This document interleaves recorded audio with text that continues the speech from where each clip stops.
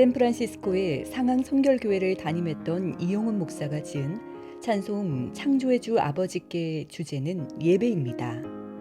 이 찬송은 예배의 대상과 목적을 분명하고 균형 있게 제시하며 하나님이 찾으시는 예배의 모습을 그리고 있습니다. 또 창조주 되신 성부 하나님께 감사드리며 성자 하나님을 구세주로 선포합니다. 그리고 죄인을 구속하기 위해 이 땅에 오신 예수님께 우리 죄의 용서를 구하며 말씀으로 성화되는 삶을 살아가기를 소망합니다.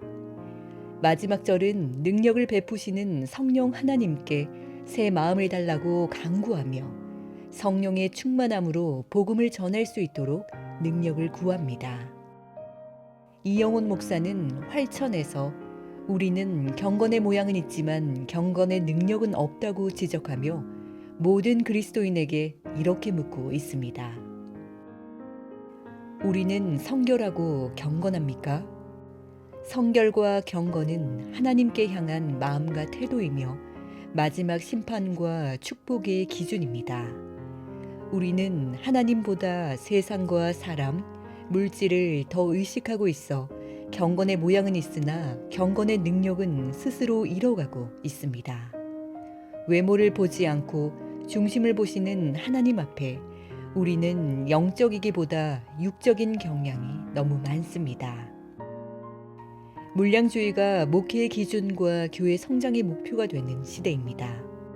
섬기는 종으로 오신 주님의 종인데 주인 행세를 하고 있는 게 아닌지, 하나님과 사람 앞에 정직하지도 솔직하지도 못하고 가식과 꾸밈과 외모 치장에 급급하며 내적 정화에 소홀해진 우리가 아닌지, 대단한 인물이 되어서 모든 사람에게 칭찬의 대상이 되고 높아지려 하여 하나님의 영광을 가리는 것은 아닌지 생각하게 됩니다.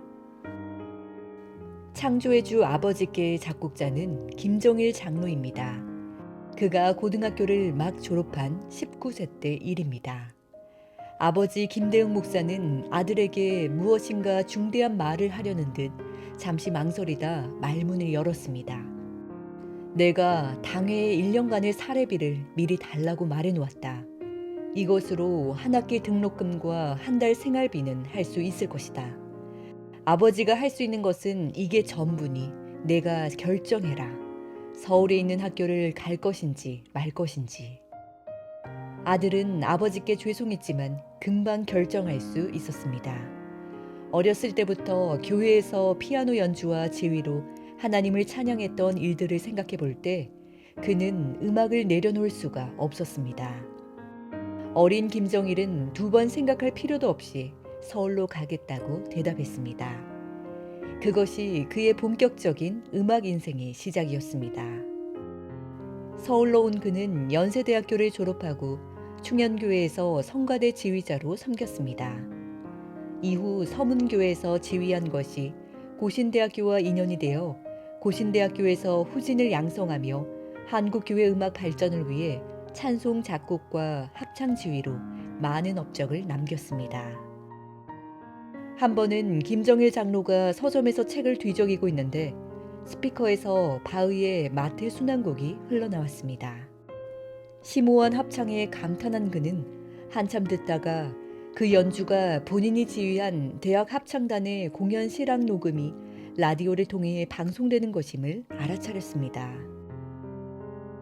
그는 대부분의 대작 오라토리오와 성가를 지휘했습니다. 특히 그는 교회를 중심으로 음악 활동을 펼친 바흐를 존경했습니다.